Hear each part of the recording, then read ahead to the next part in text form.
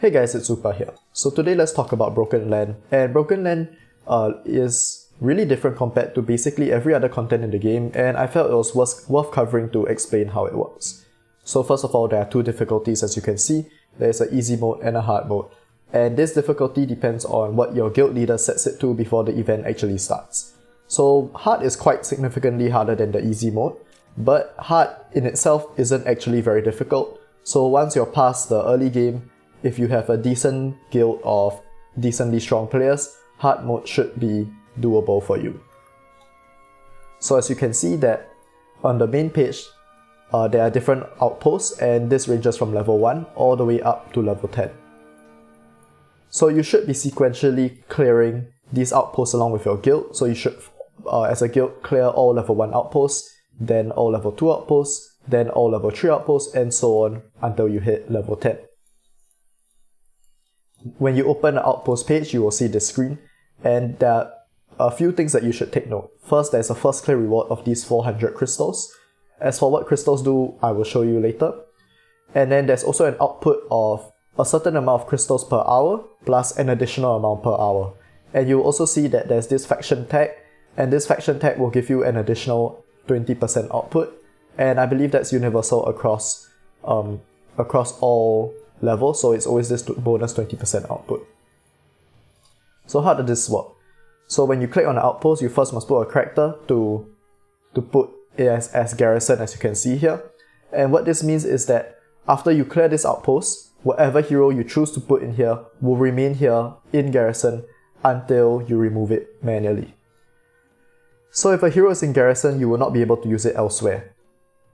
And ideally, you want to put the hero with a matching tag over here. So we can take a look now. So at level 1, you can see I can pick a hero, and it asks me to put a Holy Light Parliament character. So for instance, I can put a character like Nordek, and you see that by putting Nordek, I'll get an additional 19 of these crystals per hour.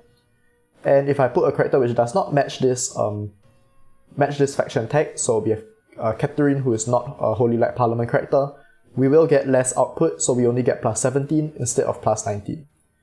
There are several other factors which affect how much you get. So for instance, once again, you can see plus 17 for a non-Holy Light Parliament character, and this is an exclusive Awakening 5 character.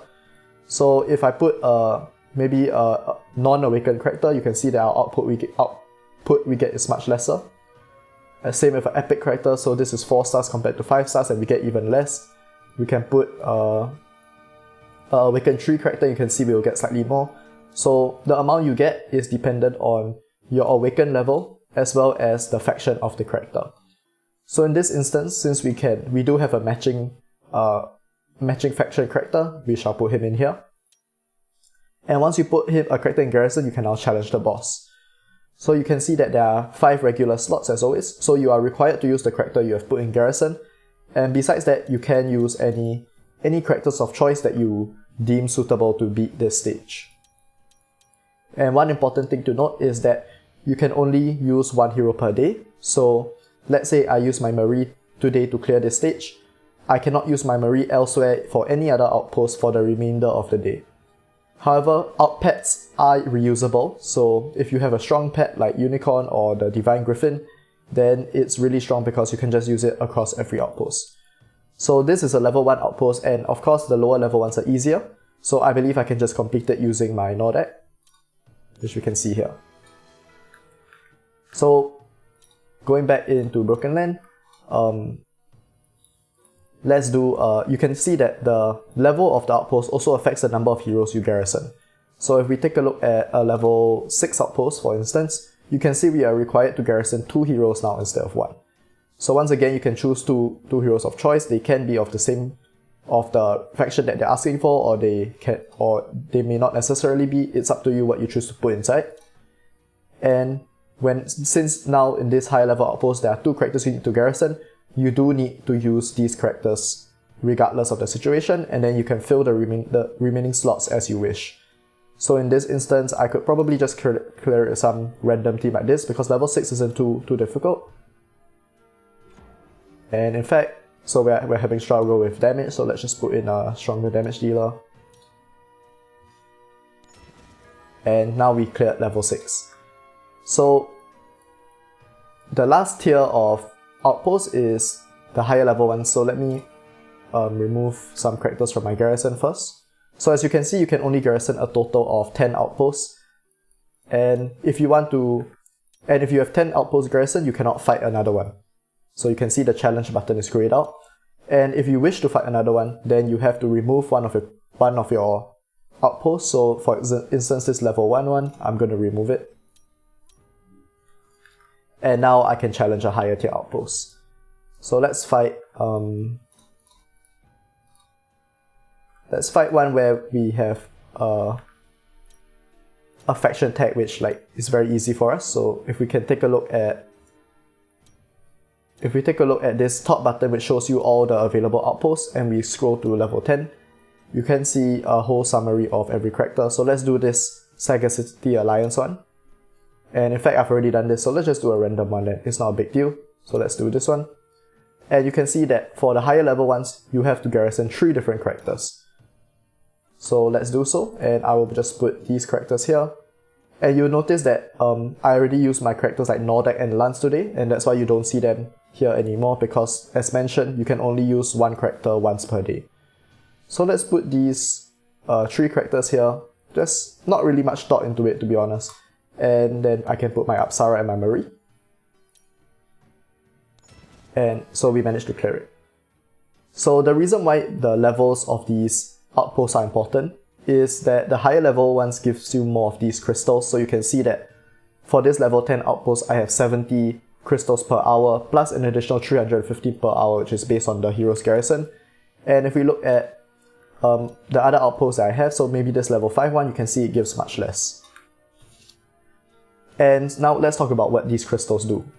So these crystals are used to upgrade these blessings, and this makes your hero stronger. So you can see that you can upgrade each mark separately, and at level 10, 20 and 30 respectively, you will gain additional buffs. So this depends on the mark as well. You can read these on your own manually. And so yeah, leveling just increases the stats of your heroes, which will help you clear these higher level outposts, and at certain thresholds you get these additional buffs.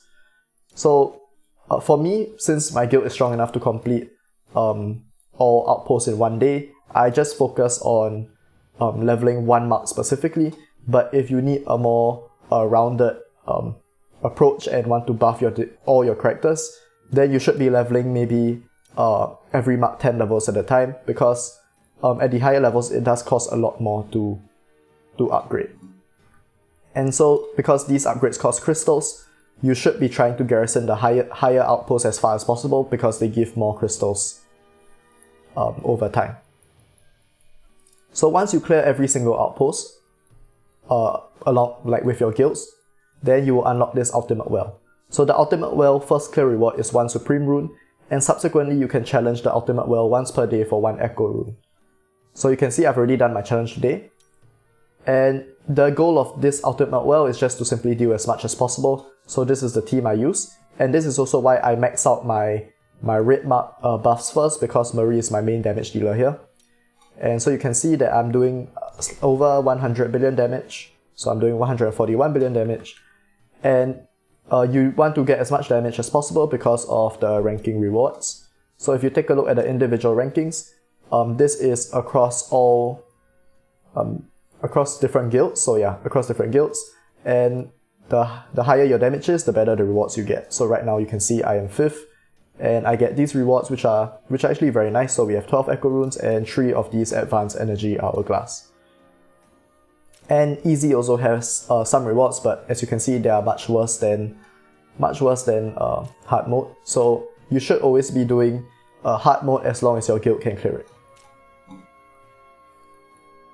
And lastly, you can see that there's these cumulative guild rewards, and this is based on the total amount of these crystals that your guild earns, which is also another reason why you should be putting your garrison in the higher tier outpost, because it gives more and you will get these rewards more quickly. So we can take a quick look at these rewards. It's some diamonds, eggs, echo runes, energy, energy hourglass, and yeah, so again, these rewards are really nice to have.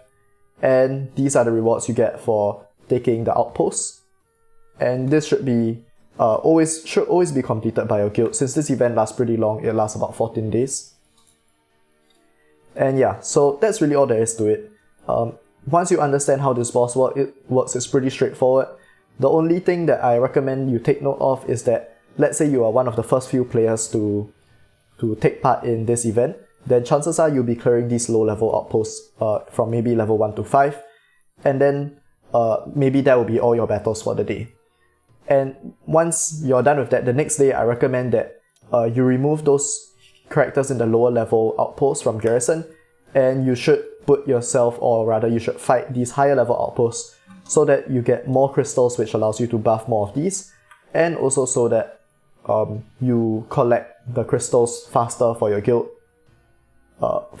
and this will affect your guild ranking quite significantly. So as far as possible, just make sure that you are always garrisoning the highest tier outpost that you can. And yeah, that's all there is for this explanation. Thanks for watching, and I'll see you guys next time.